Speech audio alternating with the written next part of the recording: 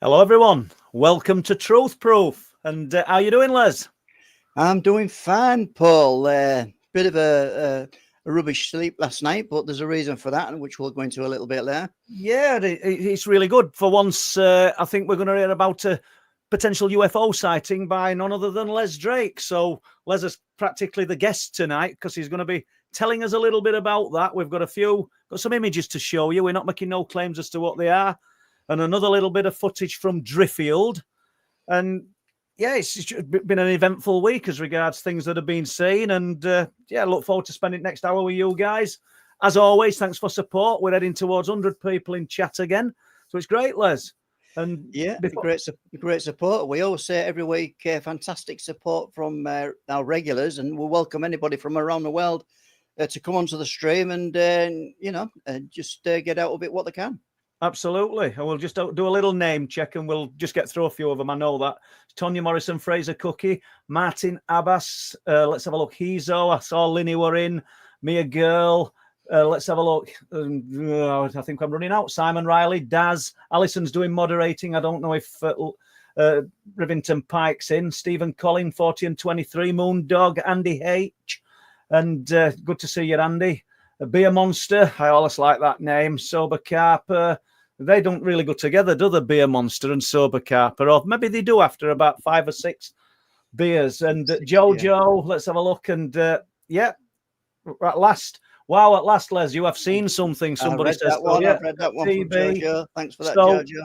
Yeah. Fifth Faff, as you can say, without his teeth. And we're all good. And we'll Dan Farrell, and we'll end it there. We'll probably come back to a few names shortly. But so, okay, tell us then, Les, what's been happening with the sighting? Well, funnily enough, I won't go into too much detail on this at the beginning because I'd gone to bed last night, so that we're talking Saturday evening, and I'd gone a little bit early for me. It was 11:30. Okay. Laid in bed, and I usually sleep with the curtains half open. Laid towards the window, I had my eyes closed, and for some reason, I opened my eyes, and I saw this orange, like three orange lights in like a triangle shape.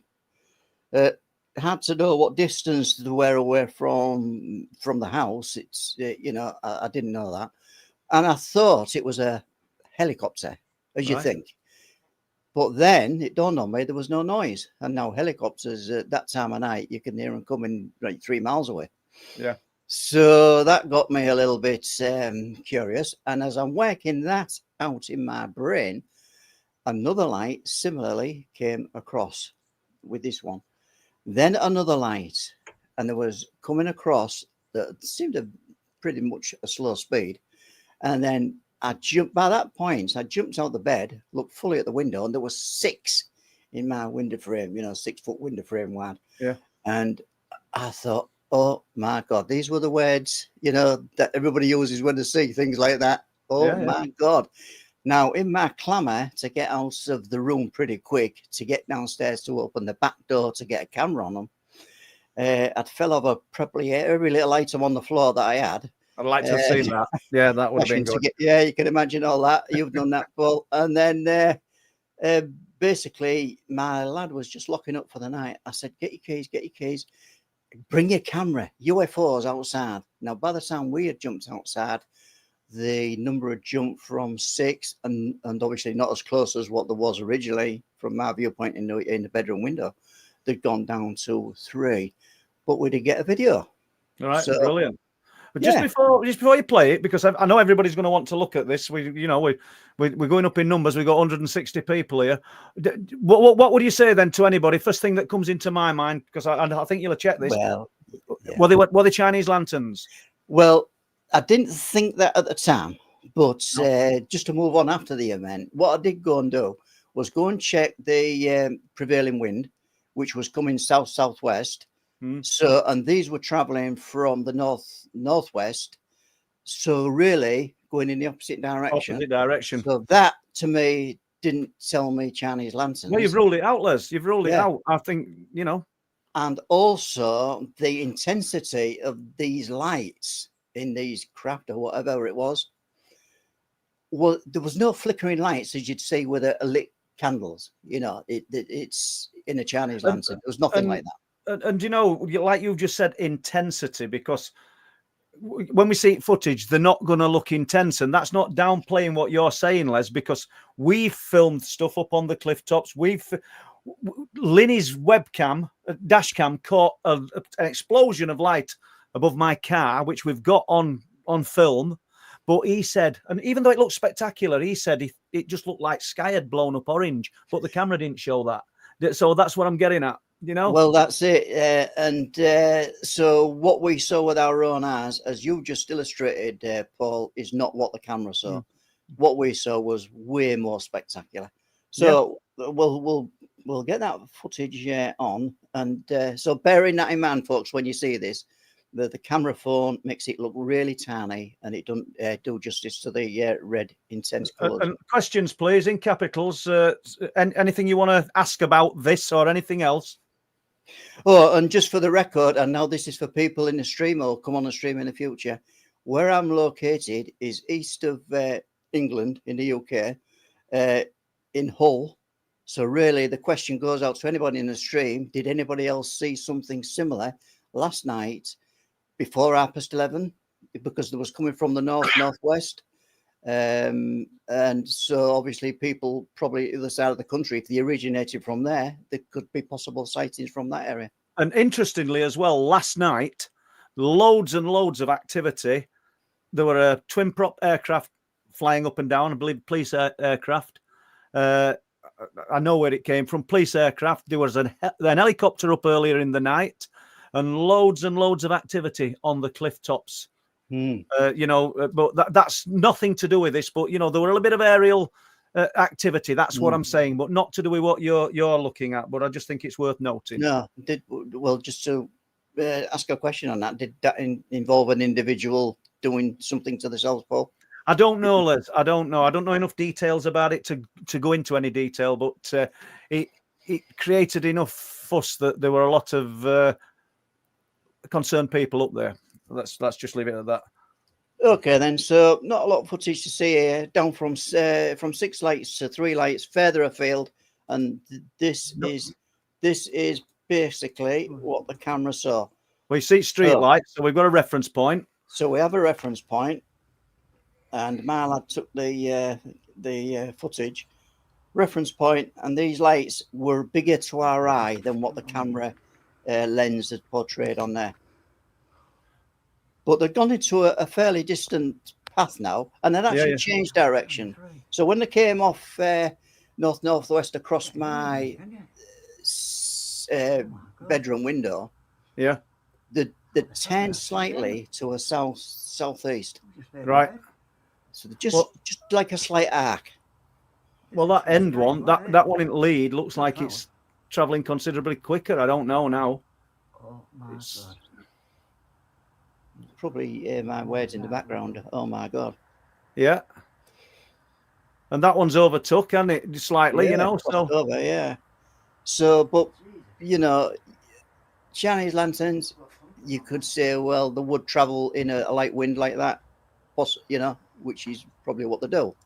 We've all seen Chinese lanterns. But they go with the wind, not against the wind. Yeah, we've seen them crisscross each other, haven't we? Where they're just, you know, just with the slightest bit of turbulence in the atmosphere will just move them further apart. And we know that the wind can be different at different heights as well. But I would put a good, you know, piece of money on that and say they were not Chinese lanterns, Paul. Okay, yeah, it's good enough. And it'll be interesting to see whether anybody from around the Hull area or a little bit further afield saw anything similar last night. So yeah, really good, and good for your lad to manage to get it on film. It's ironic with all cameras you've got that you didn't manage to catch it on one of decent cameras. There's no wrong with his phone camera, but do you know what I mean? Well, as you know, with some of these cameras that we have at this end, they need a little bit of setting up, and obviously a phone camera is practically instant when you switch it on. So So Margaret Webster's saying, "Wow, amazing," and well it's done, marvelous. Les. You can actually read this little writing now, Les, can't you? Yeah, I can say I've seen something now, guys, and I think that's what some of you in the chat are pointing out, which is pretty good. Because, excellent. Yeah. So let's see what you guys think to that. Hopefully somebody else might have seen something. I mean, it might take a week or two to filter through, but we'll keep you sure. updated. And so if is there any questions, or do you want to take a few of them as this sort of warms up a bit? Because we're 10 minutes in, and I know we've got some images to look at shortly. Mm-hmm. Okay, and well, first of all, we'll just put this up while I've got it in the right order here. Okay. We'll just talk about this for a couple of minutes, Paul, and tell us what's happening at this event. Well, it's the Awakening, and I believe, let's have a look at the date. Have I got it right? Is it the 17th? 17th of May, yeah. 17th of May. And as you can see, the speakers there, I'm going to be speaking. Nick Kyle and Sarah Kyle. Linny's speaking. Steve Meara, Barry Fitzgerald, and Camilla. So I think it's going to be a great day. It's just a one-day event. And it should be a good day for everybody. And obviously, everybody's going to be speaking about their own particular favorite case or whatever they're working on. And I know I'm going to be speaking about Hunmanby, and we'll see. We'll see how that goes down. But and it's great that our good friend, your good friend, Ian Linford is speaking and being asked to speak at the conference as well, which is great. Yeah, it is. Yeah, I'm looking forward to listening to Ian speaking, because I've been helping him. We've been putting this talk together. It's Ian that's doing it, not me. But I think it'll be interesting. You're going to get a full, I don't know what you'd call it, an absolutely full smorgasbord of unexplained phenomena from up along them cliff tops. But not only that, it's going to start from early on, and it'll show why he's got this interest. It'll show why he's got a vested interest in the unexplained, because I think, like most of people in chat as well, everybody who listens to these kinds of streams and radio podcasts, that you're doing it because you've got an interest. There's something's kind of gnawing at you because something's happened to you. You've seen something. And you're looking for answers. And if you have enough experience of this, then you I don't know, you just take a few more steps. And Ian's going to be talking and sharing his own experiences as well as what's been happening while we've been out on those cliff tops. And I'm looking forward to that one. As everybody else's, Barry, Steve's, Nick Kyle, and Camilla and Sarah's. Yeah, it'd be excellent. So, folks, if you're considering going, I think you ought to be quick, because as Steve Meara posted today, the demand is getting pretty high now.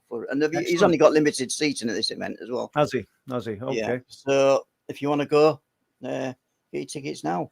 Get your tickets. So we've got some pictures then, Paul, and do you want me to put the first one on here? Or do you want to just briefly, a chap sent me these called Toby probably a week and a half ago. Mm-hmm. And what with one thing and another, I'd not got round to doing anything with them. I'm not making no claims. There's only one picture, but he's put it through a few filters. Mm-hmm. I don't know what it is. I don't know whether it's the taken in. I'm just going to read it. The old Chilworth Gunpowder Factory in Guildford, Surrey. And they're taken by his partner, or this image is taken by his partner. So it's a very old building. I mean, we're going back hundreds of years. And basically, she's took this picture, which you're going to see near a doorway, and there's almost like a plume of. I said, do you think it almost like hot air? But there wouldn't be anything that's creating some kind of warmth in the building. So let's throw it out there. Somebody might have an idea what it is. There we go then. So you can see that, and. I don't know. I'm not making no claims that there's anything there other than it's just a quirky picture that I don't think she expected to get. And what did they see with the naked eye? Yeah, nothing. I mean, that's a lot of time with these type of pictures. You don't, and it just could be an artifact at camera. This guy's, and that's no sort of disrespect to Toby's partner who's taken the picture, and at the end of the day, they're not trying to make it out to be anything that it isn't. They're just interested and looking for answers. So there may be somebody out there who can say, yeah, I know what that is, and I don't know what kind of camera it's been taken with or anything, but it's almost like heat that's coming out. Someone said they could see a face in it. I don't know that I can, But nevertheless, possibly at the bottom here, but who knows? Yeah. Well, it's like Oatlas, isn't it? We've said it before many times. You can see Jesus in a slice of toast if you look hard enough. I'm not saying that this isn't a face, and I'm not saying it's not interesting, because it is. So we've thrown it out there, and yeah, what do you guys think? Right, Simon Iron Mogul says, looks like lens flare or something on the lens. Yeah, you make a good point, Simon. So it probably would be Andy to have seen a picture before and after that, because that then potentially could have ruled it out. Do you think, Les? Oh, yeah, you need to see that. Well, I know you kindly sent me a copy of the email that got sent to you from the photographer, the witness. And really, you kind of need to know the ISO of the picture, what time of day it was there any, it doesn't look as if there's any sun out there, or all these conditions. So you need all your camera settings, all the conditions of the day, and as you said, quite importantly, the before and after picture before what they saw on this, which is quite important. Well, I don't think this fella will have any problem supplying us with that. As I say, he just messaged me today to ask me what I thought of it, and this one to not fell through, but it's like with everything else, they're just a backlog of things. So I had another look, and I said I'll post it up tonight. I said because I can't say what I think. To me, I just don't know, and we'll see what. Let's have a look. 230, 240 people in chat think, and obviously be respectful, guys, because this guy's not making any claims that it's anything. Is as interested as you are. So there we go. Okay, let's see if we can pull. Let's take that off the screen. See if we can pull any questions in, Paul. Yeah, let's do it. Okay, Lee Roscoe, thanks for moderating tonight, Lee. I'll put this on the screen. Question: since Linny got the UFO footage, do you think the activity has ramped up, as in encounters, and the hitchhiker effect? Me personally, no, I don't. I think it's always been as active. We're now not just because of the footage. Pike beast. What a word. Not just because of the footage, just because it's there, and we're actually looking for things now that we didn't look for before. We realize, like we've said previously, that the tech's getting more affordable, even if it is still expensive to us. It's getting more affordable, and we can see things that we would probably, I don't know, 5 or 6 years ago we wouldn't have seen via having the thermal cameras, having the good infrared cameras, so it's given us that little bit of an edge. It don't take us any closer to what it is, though, Lee. And but the area is becoming active, but I don't think it's becoming any more active. The hitchhiker effect. There's been. I'm going to write all this up this week, to be honest with you. So we might probably do that next Sunday and just go through it, because when you do it as a collective, there's a lot. Go on. Yeah, well, that to me is deeply worrying to me. Fascinating, but also worrying, if you know what I mean. Yeah. Because it just, as I said, probably in the previous stream, that it could attach to your family and affect your family as well. Whatever it is does seem to want to interact. I mean, and we can go back. We're not just going back to this year, beginning of this year. We can go back to Dominic, who came a few years ago with his, I think it was brother-in-law or what, police officer, and they had that experience on cliff tops, and then something started interacting in the car with them on way home. There's lots of examples of this. There's Blue Shift, who comes in chat, who had something that were quite frightening, to be honest, occurring, so, and that's probably going back to, he'll correct me if I'm wrong, but I think we're going back to 2020, maybe, I don't know, it might be a little bit earlier, but it's all there. So we're not on our own. I mean, my daughter came and stayed with us about a week ago. She came up onto cliffs, and she's recalling that time when she saw the white square and then heard the growling at the back of her in our home. And last person in the world who was going to be bothered about unexplained phenomena, I'll be honest with you. And she's allowed me to film her, and she's as good as said that. She's no interest in this. But there you go. So, Dave Barker says, how good is your daughter's music, Paul? Fantastic, mate. Thanks, Dave. Yeah, I'm Jessica Pym Music. please have a look at it. We ought to put a link into that, Les. Yeah, yeah. Because I'll get that it really sorted. is a bit special, and I'm not just boasting because it's my daughter.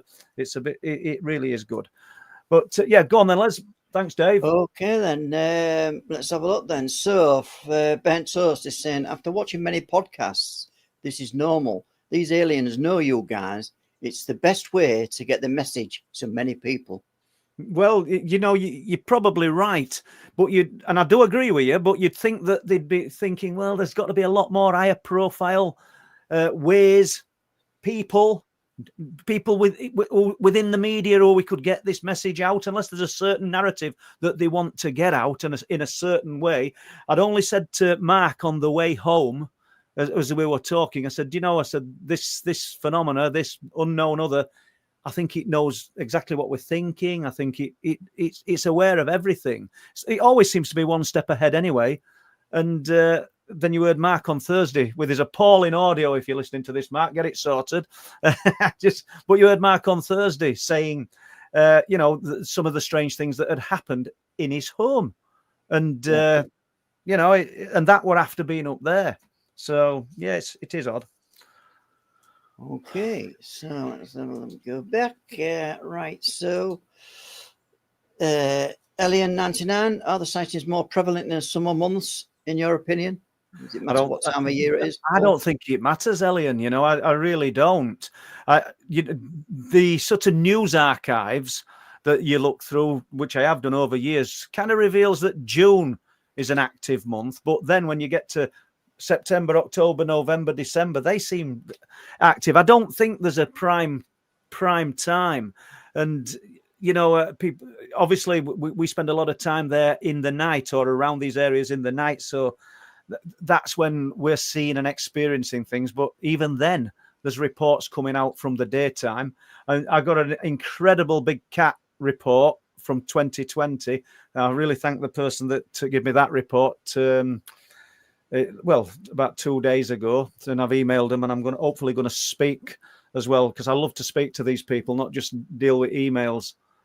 And that were at a big, what would you call it?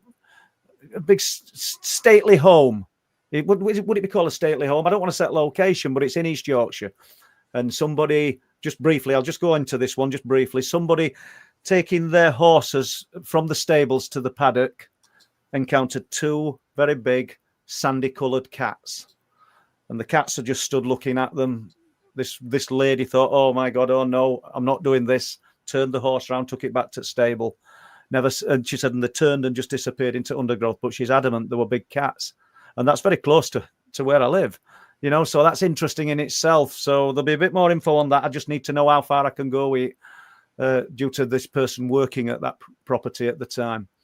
Okay, and thanks for that, Paul. That's interesting, that one, actually. It is. It's a really good, credible sighting. Andy H, welcome, Andy. And I was up at the cliffs last night, Les, and I had a very strange encounter, but I didn't see anything in the sky, unfortunately. No, you had a strange encounter, Andy. Maybe if you want to elaborate on that a little bit. If you want to. Well, just a little bit, and because I don't want to go too far. I don't know how far Andy wants to go, but obviously he's put that up. He was up there last night, obviously having a look, seeing that if he could encounter anything strange or unusual. And if you remember, we had Andy on the live stream, a few weeks ago, and it were absolutely brilliant. And the search and rescue up there, and that's who were up there. Mm-hmm. And I believe, and you correct me if I'm wrong, and I'll not say any more than this, but when you left the area, the part of the search and rescue team followed you back to where you were staying. And there's a little bit more to it, but I'll hopefully get to speak to you tomorrow, Andy, or even after the live stream. But yeah, interesting. I know Linny will be interested in this. So yeah. Alien 99 looks like a triangular craft banking slightly to the left. That's on the video that we filmed last night, I think. Yeah. He's talking about. Yeah. Yeah, it's interesting. Probably. I think I've zoomed in onto it, and I'll load the video before the end of the show, and we'll have a look at a slightly more zoomed in. Yeah. Right then, Stephen Collin. Any feedback, Paul, on the footprint from Jeff Meldrum at all? I still think it looks like a monopod being that was supposed to inhabit the woods, etc., also called a shadow dwarf. Shadow dwarf. Oh, Wow. that's got me, Stephen. I don't know, but I've sent him the footprint. I've sent him an image of the footprint and a brief outline of where it was took and the situation regarding it. And I've heard nothing, but I acted on what you guys said, so I've done that, and we shall see where that one lands. You know, I know that Daryl Denton, when we spoke to Daryl Denton on the last transmission podcast on Friday night, and showed Daryl the print, and he was quite impressed and it's upbeat about it, and he's had some really interesting Sasquatch stroke Bigfoot encounters and experiences. So yeah, interesting. Okay, right then. How about the UFO video? Rod Les would be interested to find out if anyone else in the area made a report, and that's what I've been looking out for today. And I know Paul has been looking out from early this morning to see if any reports are coming. I think something will come in. It tends to. It might take a few days to filter through, because I suppose, Rod, what we've got to understand is that it don't figure high on a lot of people's priorities. You know, they've seen some unusual lights in sky, you know, and I might get round to talking about it, or they might mention it, and somebody says, who's seen this or something similar, and said, yeah, they were talking about it on this podcast, or you know, that's how it'll come about. So it might take a few days, a week or so before it filters through, really. But I hope so. I hope so for Les. Just a bit of vindication. I love that thumbnail. That's my favourite thumbnail. That's one. It's it's got you that one. I like it. Yeah. Going back to the photographs that was submitted, Red Shutter Photography. As a photographer, I'd say that is dirt or grease on the lens or lens flare. Sorry, I'm not dissing anyone. No, Red, I think that's great. And I don't think anybody would think that you were. That's what we've got to be. We've got to be objective. If somebody comes forward within this chat and says, I was there last night and I know that we let Chinese lanterns off and it's definitely what it was, and they gave us some kind of valid reason, I don't think Les would be upset. No. But he has done his bit of research, and they were going against the wind, which makes it interesting for me. Yeah. Okay. Question from O'Connell. Hi, Paul. There's all. Regarding the fear factor, Steve Mirror mentioned that it could be caused by infrasonic sound, which frequency is at 18.9 to 19 hertz. Do you think this could be caused? This could be caused by a craft. Well, I suppose we're only surmising, O'Connell. We don't know, but I think that he's on the money with the frequency, and whether it's caused by the craft, I don't know. I mean, we've spoken about things up there that when this fear descends, when it drops on a person, you know, is there something close that we can't see, and is it this science, the mechanics of whatever it is that's there creating this, or is it being done deliberate by whatever it is that's there? We don't know. But there's always that possibility. But at the end of the day, there's got to be a reason why this intense fear, and it is frightening, drops on a person in these locations. And I don't want to experience it again. No. Right. Okay. Here we go. A question from Ogley. How can I mail you about a daytime sighting last week? My email, just my name, all lowercase. So it's Paul Sinclair with 3 letters, ilf@gmail.com. Oh, there you go. Just fire that one at me, and that would be great. And if you give us your permission, I'll contact Don, who will put it onto the truthproof.uk website.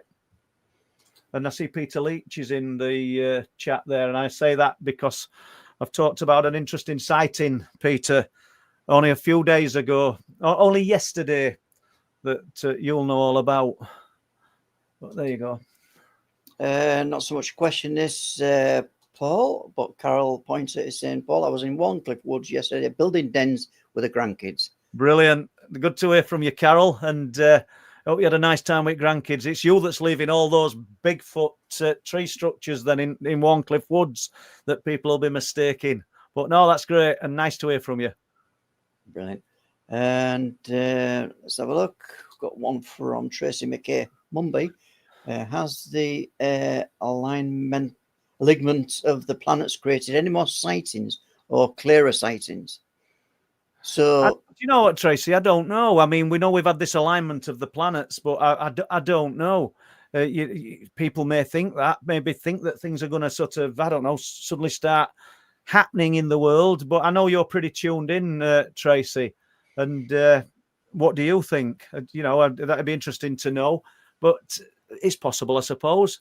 I'm still no closer to finding out where those stones are close to Hornsey as well, Tracy.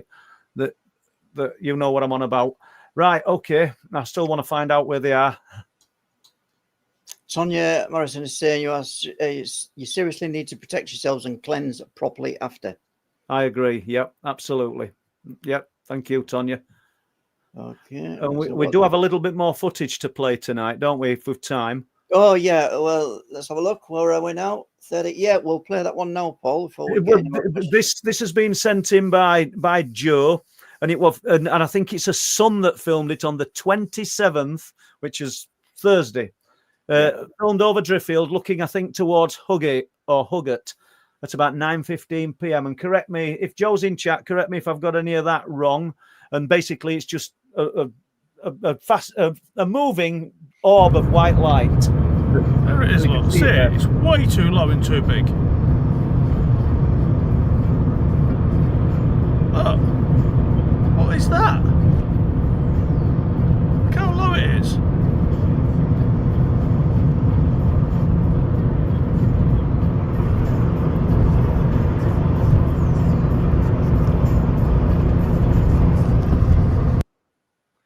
Unfortunately, I've got no more than that.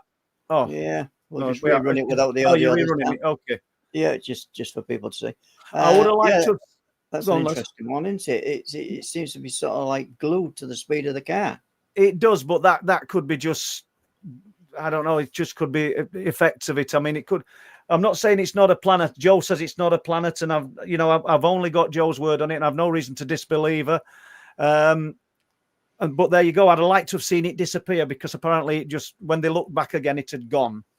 So and they went back the next night, I'm told, just to check that they'd not mistakenly got some kind of, I don't know, a planet or anything else in the sky that could have created what they're looking at now. So a little bit more on that, Joe, really, if possible. But well done for filming it. I don't know what you guys think, but we're in Driffield looking towards Huggett. Mm-hmm. Good one. And that was what date? Just tell people. We're on 27th, and I think the time, if I've got this right, is 9:15-ish. So that was Thursday. So we'd have been doing live stream. Okay. See, John Paul is in, Robert Hilton, Tracy's in, Simon, Mike, Disabled Welshman, O'Connell, Tony Worrell. Yep. Okay. Ian is in the stream. For Paul, as to what Lee asked, I think we had a good reconnection last Wednesday, strange night. Yeah. So that was in relation to what Lee was asking. It was strange, and then to I don't know, to sort of make us even more sort of baffled. 3 people independently had strange things happening on the phones. And it's just odd. And when I ended up ringing Ian, he said, "Has anything strange happened?" And I told him, and then he told me a story of something that happened on his phone. Then that's what he was waiting to tell me. It's odd. But as I say, I'm going to document all that. So it all goes in some kind of lineage, and we can just iron it out with you guys and see whether you've had similar experiences. Okay. And going back to the photographs, Paul, Simon, Iron Woggle, looks like a lens flare or something on the lens. Okay, Simon, thanks for that. And, at the end of the day, you could be right. Right, 1423. I enjoy the search as much as anyone, but how do you think we're going to find out what the phenomena is? Would we be better to focus on a particular type, or do we have to take what we can get? Well, I don't. Me personally, my thoughts on this is I don't think we can focus on a particular type. Because there's, you might have a case where there's just one thing being seen, but in many instances, there's a lot of things. If you start really, really digging deep into a case, you'll see that there's a lot of things that you wouldn't normally associate, say, with a UFO happening around that sighting. And same goes for cryptid reports and everything. So I think you'd be by trying to find out what it was, you'd be missing out some of the key evidence. In my opinion, I mean, I do realize that there's a lot of people who are interested in UFOs, and that's it, cut and dry. And good luck to you. You sort of jump on that track and follow it, because I don't see anything wrong with that. But to me, I think we've just got to throw it net wider and look at everything. Tonya is saying, could it be more folk around to see this phenomenon in the summer? Could be, Tonya. But, there's not many people around where we're doing our investigations and spending time, during these evenings and deep into evenings. And there's still things happening. And the most fascinating thing now is that, where we're pointing question where I think we're 40 and just said, I think we should be looking at one part of the phenomena. Essentially, we were probably looking for UFO type phenomena years ago up there and on the Wolds. But there's a lot more happening than just that. And it's very subtle. Some of these things you'd miss. But once it's like it's hidden in plain sight. And it's like the hum, what people hear. Yeah, you can't hear it, but once you hear it, you can't unhear it. And it's same with this phenomena and these things that are happening. Once you sort of latch on to something, you kind of tuned into it. Okay. Did any of that actually make sense? I'm sorry if it didn't. I'm sure we understood that, Paul. Simon Diamoggle, it looks like Venus, going back to the car footage, that really has been quite striking lately. Yeah, I did wonder that myself, Simon. So I'm going to get a bit more detail on that. So we might revisit it on Sunday, next week. And Joe won't mind if it's Venus, that it's Venus, but we'll revisit it. And thanks, Jojo, for the super chat tonight. Always welcome, much appreciated. Thank you very much. Lee Prendergast is saying it's worth having one of those. Is it worth having one of those night sky guard apps and aircraft apps? They identify a lot in the sky, although not all aircraft or satellite are on it. I think it is, Lee. Yeah, and most of people who go up there with me have got those apps on their phones. I mean, my phone was dinging last night at 3 and 4 in the morning. I should just turn it off, I know that, or move it into another room. And there were people sending me images of the activity around East and North Yorkshire, aircraft activity and what were, and screenshots of it, because it were quite active. But don't forget a lot of the military activity, Lee. They just turn the transponders off, and when you're up there and you're actually observing, and you're looking at military jets, and then you have a look on app, you can't see anything because they sometimes they'll just turn the transponders off, and you're not going to see what's happening. Okay, David is saying, hi Paul and Les, regarding the hypothesis of the phenomena being one step ahead. On thinking long and hard on this, could it be the phenomena has the advantage of time travel? Why not? It could be. And it'd be a perfect advantage, wouldn't it? At least it would know, I don't know, on a lonely road that it was safe for an hour and a half, because nothing's going to travel on that road now till 4 in the morning kind of thing. I get your thinking on that. And but once again, and I'm not saying that's all you're doing, David, because that's all I do. We're just speculating. I think all we can know is that the phenomena, whatever it may be, is real. But I'm still no closer to knowing what it is. Okay, and I've got to thank. Let's have a look. I know there's going to be some experts out there that can tell me, but if you could, you'd be doing your own podcast, and everybody'd be listening because you would have the answers, and you ain't got them. More super chatters coming, and much appreciated. Thanks for that. Let's have a look. We've got Simon. I can't quite remember the exact time of year, but I'm sure late spring in the UK faces away from the centre of our own galaxy and out into deep space. This could maybe explain the increase in sightings. Wow. Yeah, it could be. But are they coming once again, Simon? Why space? Why do we have to look into deep space or outer space or off planet for these things when it's clear that what people are seeing, what they're experiencing is here? And it might just be like tuning into another frequency. So we're on Radio 1 and these things are on Radio 2 and just a little twerk at dial and they can be through to us. I don't know, but good point. Okay. And I like saying I don't know because I don't. well, yeah, I mean, I'll just add what my thinking is on this. I'd echo what you just said, Paul, actually, and I'd go further because if we're not seeing these craft and the physical crafts, which they probably are, it comes back to being hidden underwater, doesn't it? Because we've talked about a lot of people, and I know you're onto it yourself, Paul, in a new new writings. That's right. Yeah. Submersible craft, and that's a big possibility. I mean, 2/3 of the earth are covered in oceans. Absolutely, and if it's right what they say, then 95% of those oceans are uncharted. So the potential, and then we've got not just beneath the sea, but beneath the seabed. But talking of things living inside the earth. I mean, I don't think we should rule anything out. I don't think Simon's wrong with what he's just said.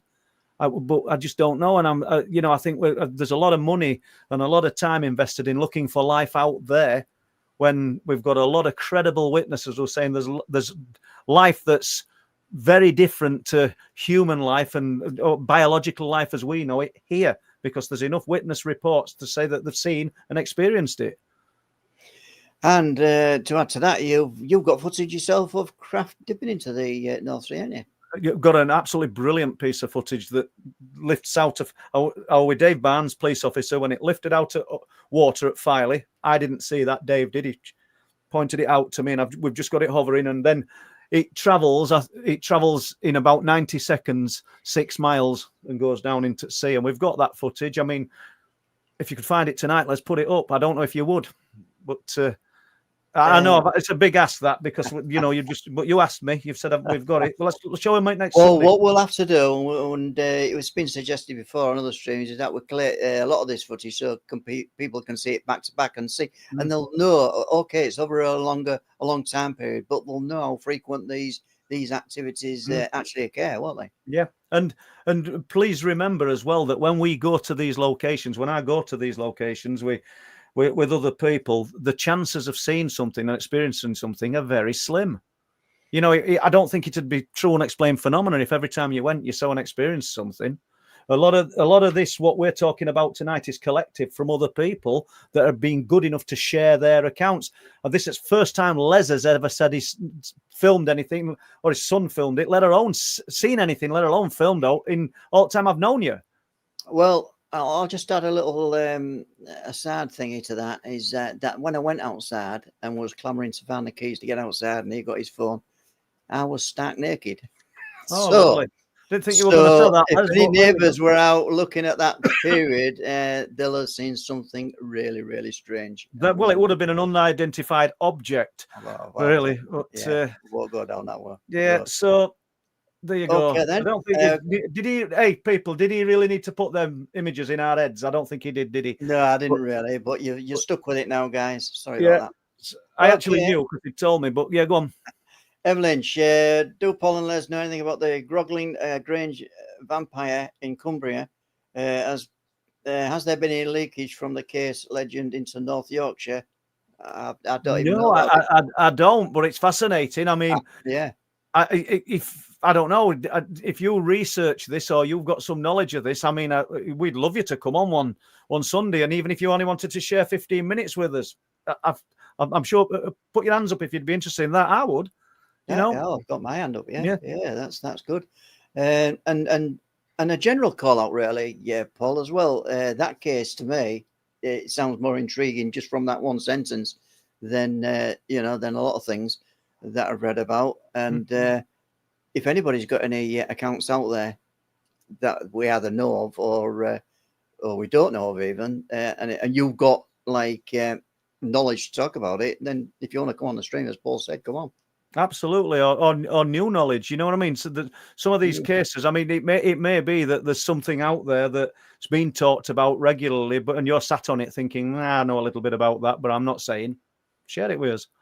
Yeah, because me and Paul, we know a lot about nothing. So you speak for yourself, Les. Right, come on. Right, let's have a look then. Let's have a look, Jojo.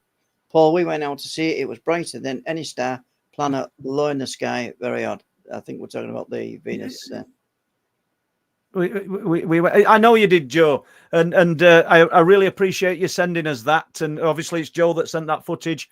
Yeah. With a son filmed in the car. So you know, you've always been pretty credible and reliable to me. Well, you have been. So we've got your word to go on, and I thank you for sending it. So don't give up. If there's anything else filmed, please send it our way. Okay, Scotch Mist is saying, some nights ago I was in extreme pain owing to a medical problem. I suddenly heard my name being said by a male voice. Was it real or imaginary? I'm sure it was real. Well, in which case, then you've just answered your own question. I mean, unless you were on some medication that might have made you think that you were hearing your name called, and doesn't sound like you were. And was it imaginary? Did you hear it audibly, or did you hear it inside your head? Suddenly I heard my name being called, male voice. Was it real or imaginary? I'm sure it was real. Well, I'm a big believer in going with what your gut's telling you, and you think it were real. And you know, some people, I don't know, not involved in this subject or with no knowledge of what you're saying, would say, well, I think you've probably just imagined it, and you know, I don't know, had you been drinking? But you're saying your gut, you think it were real. I'd go with your gut, but just keep tuned in, see if it happens again, and stay level at all times. That's all you can do. Okay, doke. And I'm just going to run now, before I forget, some zoomed in footage from last night's filming that we did from my house. And it might not be very good, but we'll see. We'll get that on. And I don't think it makes it any clearer, but it's... No, but you just pulled it in a bit, yeah? Yeah. So we just zoomed in. We might lose it in the frame a little bit. That's it.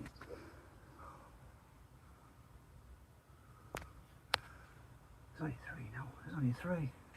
So he's actually zoomed in on his phone there. Get here, ain't Yeah. you? Oh Somebody said, what could they be? Well, that when there's a star, that middle one's passing, and you can see how small the star looks. I just laid in bed. It's a clear sky as well, isn't it? No cloud. Oh my God. There was more than that originally. Yeah, you can just vaguely see the stars in the background. I think. Yeah, absolutely. Yeah. Jesus Christ. All good. So Very good. Will you be looking tonight then, Les? Yeah, I kind of look most nights, Paul, actually. Right. But to be laid in bed and actually see it, just momentarily opening your eyes was amazing. Yeah, absolutely. That Right. was good. So let's have a look then. Where are we up to? We're up to this one. Ross Nora Rokus. Probably butchered your name there, Ross. Les, I seen a TikTok on Friday morning in Scotland, 7:30 in the morning. I have a video. Wow, we'd love to that's see it. good. We put the email address up earlier, Ross, if you wanted to share it.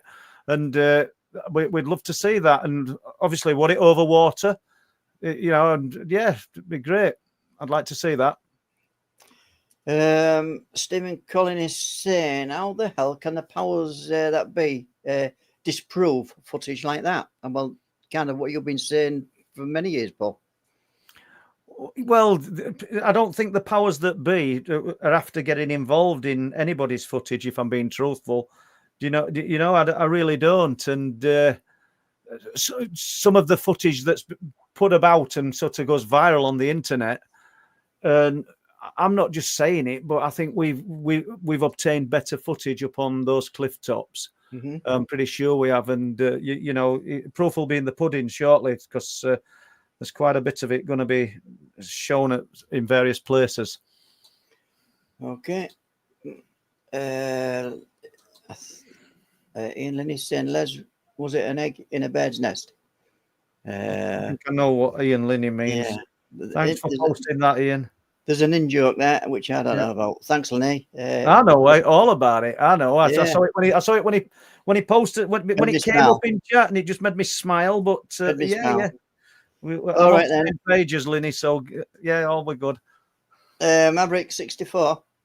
Have you made a freedom of information request on or prompted MPs regarding Humnumby and Wilsthorpe military involvement? Plus, what does RAF the RAF site do at Speeton near Honeypot Inn? Wilsthorpe I made a freedom of information request and I got the information back. And they told me that it was a military exercise. I've got the paperwork here. And interestingly, it was exactly the same paperwork that Kaz Clark received back for Penturk. Literally, wording were just about the same. Hummonby is more difficult. That's a little bit more difficult because we think it's 96, 97, 98. We really do. Don't forget, we're going back nearly 30 years. It could have been 95, 6 and 7, but we think it's 7 and 8. And we think that the UFO that landed was August, but that's only thinking. Sorry, I can't be no more specific than that. And if you're going to put a freedom of information request in, as a lot of you people will know, you've got to be a little bit more accurate than we think. You've got to give specifics. And I can't give no definite dates. That's why I keep throwing Hummonby out at people, because I'm hoping somebody's going to say, yes, we got stopped in that military roadblock and it was August 1998. And if somebody comes forward with that and it were August 27th, I know that because it wasn't my son's birthday or something, then we've got something definite we can go with. But until I get that, I don't know. Have I spoke to main witnesses? Yeah. I interviewed one for an hour and a half last week, funnily enough, first time in about 2 years again. So, and I'll be interviewing, hopefully, one of the sons this week. I shall see. But it's still not going to get us closer to a definite date. And that's what I'll need for a freedom of information request. Okay, great question now, wasn't it, Paul? Absolutely. And I had dates for Wilsthorpe. That's why I got it. And it was September 15, 2009. Ellen 99, I'm outside now, so many stars in the sky. Yeah, Ellen, we've had some really, really clear nights, obviously, with the weather being as it is, and it's fantastic looking out there. Absolutely. And great for sky watching then, Elian. Absolutely brilliant. And I know, no doubt we'll find ourselves out there at some point this week and cameras in hand and, yeah, ever hopeful. Okay, and bumps into things in the night. It looks like a triangular craft as it changes directions, gives the illusion of the lights moving away from each other. That's a good point. Yeah, you know, you couldn't see anything else in that blackness. Well, you said when you could see stars be out though, couldn't you? So yeah. When you spoke to me this morning, you said it looked like a triangle formation, didn't you? So yeah. Josh Turner's in. Thanks for donation, Josh, and I want to speak to you later because I've got a book to post. I did one other week for you, and just left my mind until looking at that now. So I'll get that sorted. Thank you, Josh, and great to see Josh Turner. And we're a big supporters of Paranormal Roundtable, guys. So if you give it a search, if you haven't done already on YouTube, and it's a great channel. And Josh is just a mine of information, and he can. I'll say talk for England, but it's America. But Josh can talk and tell us an absolutely amazing account, other people's accounts, and his own experiences. So that's brilliant.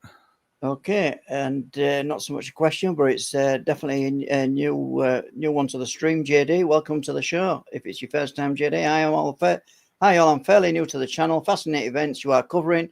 I live by Elmdon Park, Solihull, and was wondering if you're aware of anything paranormal occurring in this area, as it's spooky.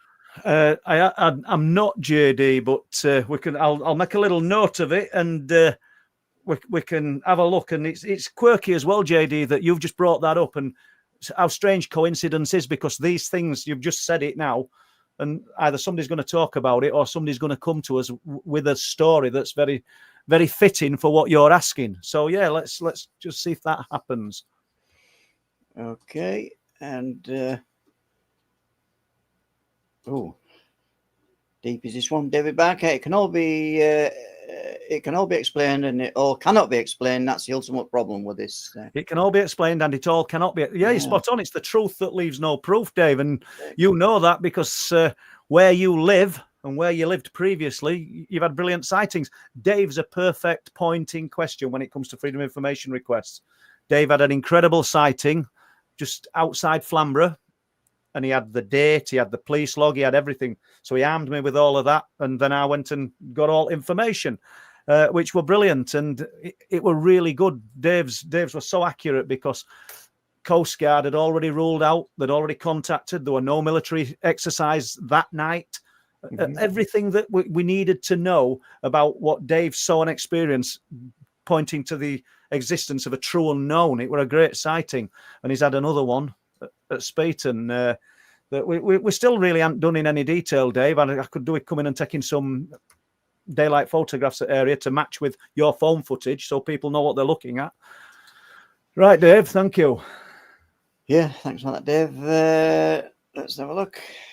Andy H, the guys from Hunmanby, Paul, if they remember what insignia or colours of the badges they had on their black kit. We could identify them. What I'm told, Andy, is everything was black, head to toe.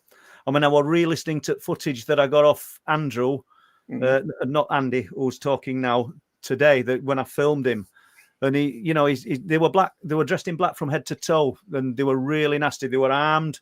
They apprehended them, wouldn't let them go. Really frightened them. But no insignia, nothing to suggest they were even an army, to be honest with you. But they assumed it were military. The roadblock that were set up, they were black vehicles.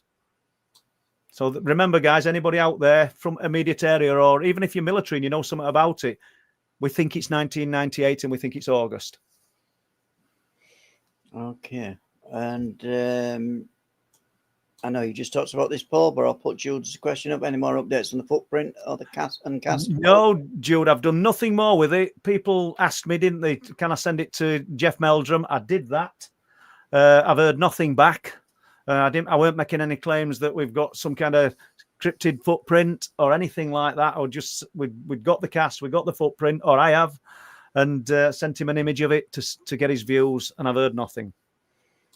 Okay, and let's have a look. An update from Ross telling us about his sightseeing. Tic Tac. Paul, I live on the seaside town. It was just above my house, and I will send you the video. No problem. Thank you, Ross. I look forward to seeing that, my friend. And this hour's just flown, guys, hasn't it? And unless I've missed, I probably might have missed one, I don't know, but I think I'm out of questions there, Paul. Yeah, well, we're just about there with time anyway, Les. So yeah, we're nearly there. Absolutely flown. So anybody with any reports, and like we've said before, anybody that wants to come on, share your own experience. If you don't want to go on camera, you don't have to. Audio's just is good enough. And I know there's people sat within this chat that have seen and experienced things far more interesting than I'm ever going to talk about or see and experience. And it's just been brave enough. You're all looking for answers. That's what we're all doing. And what I will say is, because we did see Josh Turner in chat, I don't know whether Josh is still there, but give Paranormal Roundtable a look, guys. And like with our channel, if you've not done it, subscribe to it. And I'm sure that you'll not go far wrong with any of that. I see we've got Lee Prendergast, Martin Abbas, Jojo, and what we got here, almost 300 people in chat. Yeah, so I think we are on a live stream on Thursday, Paul, if I remember. We are, yeah. Oh, we have a video going out tomorrow night, and which will be quite interesting for people, I'm sure.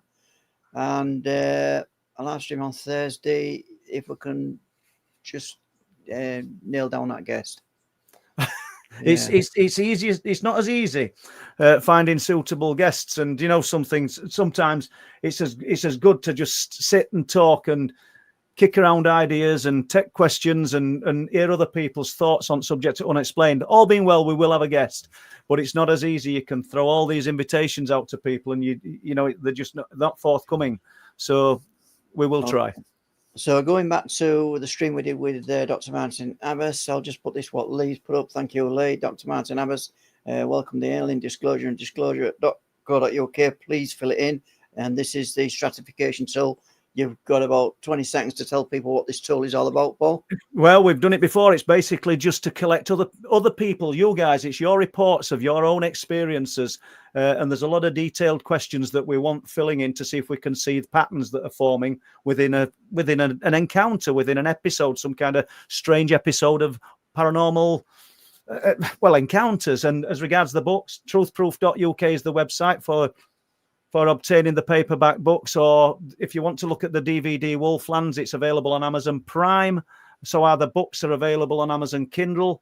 And I think we've just about covered it, guys. And thank you very much for, well, what's this? What's that? We'll be on tonight. Josh Turner says we'll be on tonight. So move over to Josh's channel and have a look, and see you guys later. Thank you. Brilliant. Yeah. Thanks, Alison. And thanks, Lee. Thanks, Paul. And we'll see you all Thursday. Bye. Thank you.